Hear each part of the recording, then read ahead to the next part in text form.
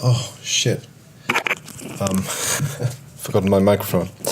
Okay, so, I was reading, and I was falling asleep while reading. And this is something that happens often to people, and I wasn't tired before reading. I was tired just as I was reading. This happens, when you watch films or things like that, right? It seems as if you get into a trance-like state and it just makes you sleepy, even though you weren't sleepy before engaging with that activity. Okay, so that's something that we're familiar with. However, for the first time, I think I've sort of perceived something through that sleepiness that I've been wanting to focus on for a while, which I think that there is something about that sleepiness that comes over you in moments of reading and watching films and so on that is that maybe can be explained in a different way from just the sort of you're entering into a trance explanation. What do I mean? I mean that I noticed that there was a pattern to me getting sleepy. So I would be reading a sentence, and as I read it, I would just go sort of doze off, and then, my neck would kind of shake my head up, wake myself up, and then I would backtrack and read that sentence again. And every time, I would usually sort of fall asleep at more or less the same place where I'd fallen asleep before. And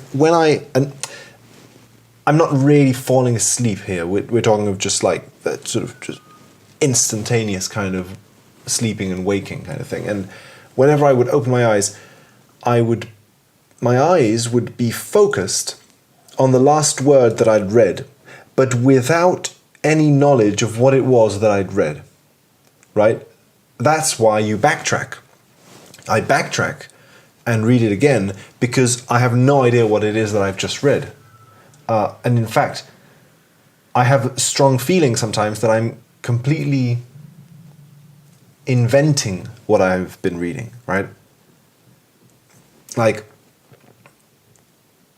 certain words transform as you get sleepy. You think that this is talking about birds, but actually it's talking about the bank, but you read the word bank as bird or whatever, and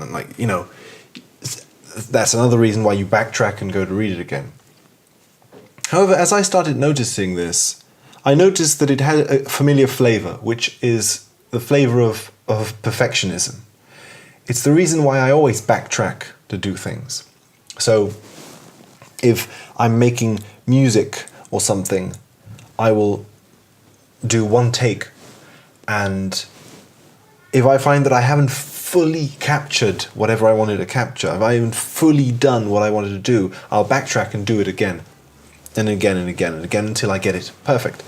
The problem being that with each subsequent attempt, it all gets more and more difficult and worse from my perspective. The reason I think it gets worse isn't often just because the music gets worse. It can. Like, you can get to a point where you're so focused on things being perfect that you're not really enjoying the process, and that shows in the product. So it ends up being a very constrained kind of song. However, sometimes I've listened to songs that I did that were like that. I've listened to songs months after making them. Songs from years ago. And now they sound good to me. But I have the distinct memory of them sounding terrible to me when I made them. So it's almost like I've acquired a taste for them now. I hear them now and I'm like, oh, that kind of has it has its own quality, its own character. It reminds me of those days, right? So it has, what I found so bad about it, I'm enjoying now. So that experience of reevaluating things that I didn't like at first in my own decisions, let's say, my own art, makes me suspicious of the feeling that perfectionism gives, where you feel that things are just getting worse and worse. So you're like being so perfectionist about taking decisions. What is the right decision? Should I use this or should I use that? Should I do this or should I do that? The more you second guess yourself and backtrack, the more you're opening this hole of doubt, right? The reason you're backtracking is because of doubt. So by backtracking, you're exercising doubt, right? And you know, there are good moments to exercise doubt, of course, but in this particular context of perfectionism, it's as if you enter into a feedback loop where you turn doubt into a habit, right? Because you reinforce the experience of doubt.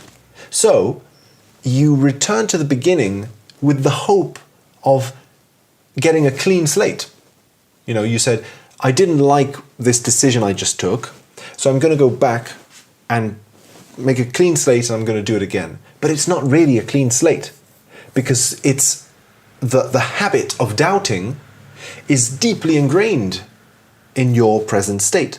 So whatever you do now, it's going to be even more riddled with doubt, and therefore feelings of this isn't good enough, but you know, you're going to doubt every aspect of it. And the more clean slates you do, the more you're going to instill the feeling of doubt.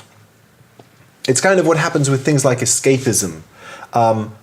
As, for example, in David Lynch's film Lost Highway, where, so the protagonist finds himself, and I'm going to spoil this movie, but the protagonist finds himself in a terrible situation and has an escapist sort of fantasy where he just flees into another world. He thinks he's a different person with a different life, a different job, just everything is different.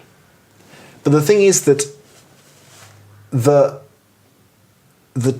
terror from which that decision was made is carried through to the imaginary world, so that the imaginary world isn't really a blank slate. It's not like I'm just going to go to this new place and start again.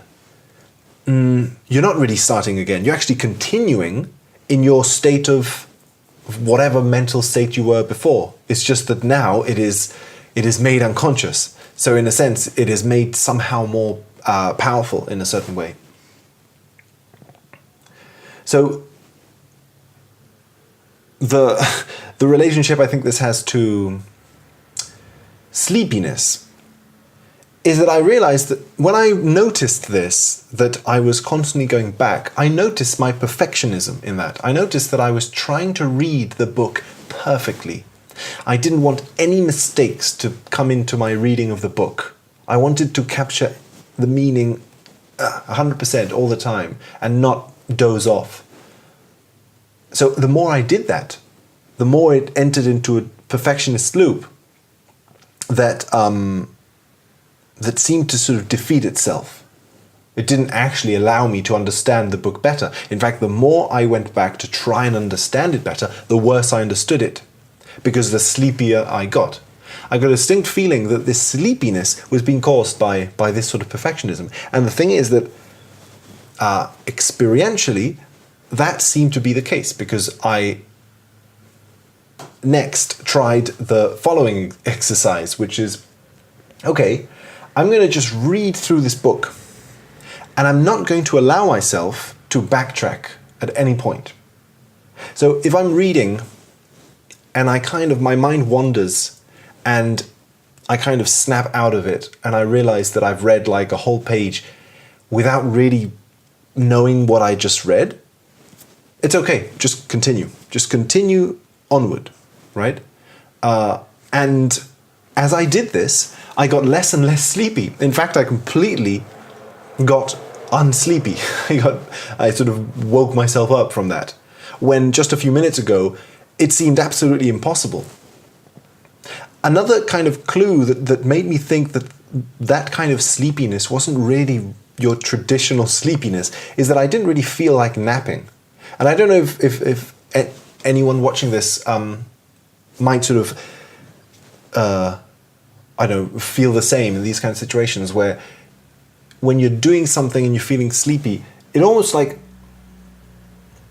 it often doesn't feel good to nap. I didn't actually feel tired. That's the thing. It's kind of like when you're feeling hungry, but you're not actually hungry. Like when it's just kind of a desire for comfort food, but you're not actually hungry. It was kind of like a desire for comfort sleep without being sleepy or something like that. And so anyway, yeah, I realized that by being unperfectionist with the process of reading, I slowly got less and less sleepy, and my reading comprehension got better and better. So the less I cared about it, the better it got. Of course, you have to go through like a limbo state where you really are not going to understand anything. Like you have to sort of allow yourself to go through a limbo state where you're just going to be reading stuff and it's not going to be making any sense. And then gradually, you actually get more focused. So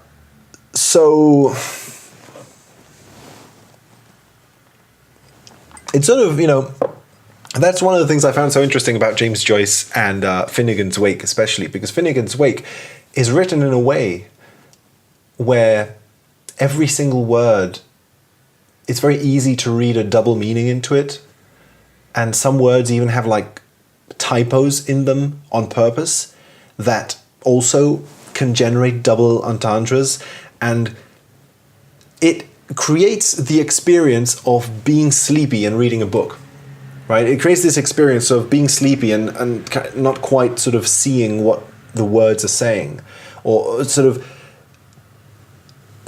Finnegan's Wake, in a sense, is like the antidote to perfectionism. That's why I found it so great to read.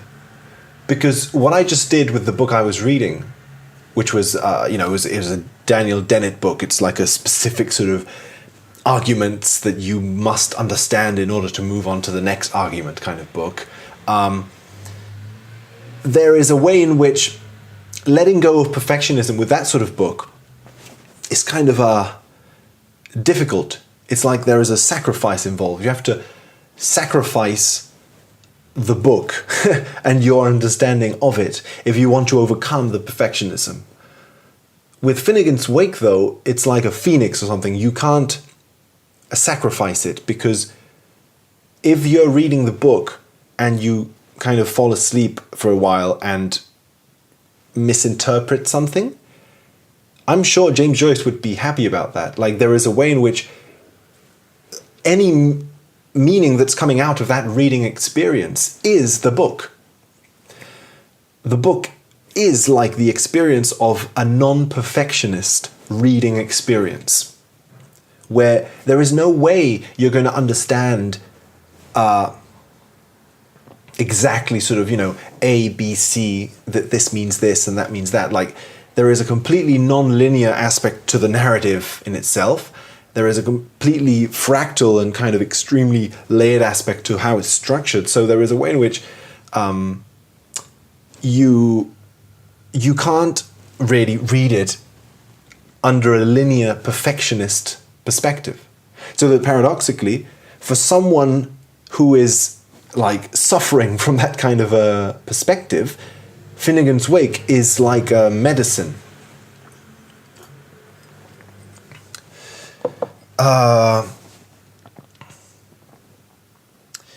And so, yeah, I don't know. That's enough, I guess. Thanks for listening.